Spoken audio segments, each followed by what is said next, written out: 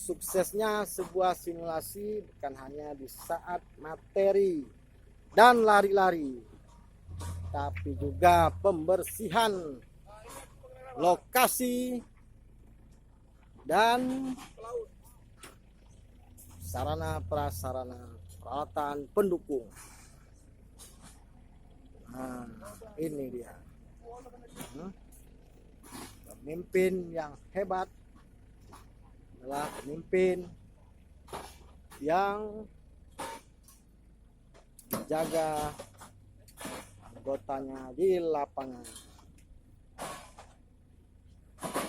Peluh keringat dan air mata, salam tangguh, tangguh, tangguh. Nih barang.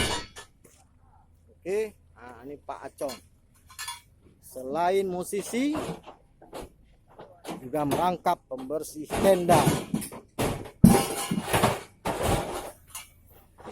Oke, yang di sana jangan kita urus.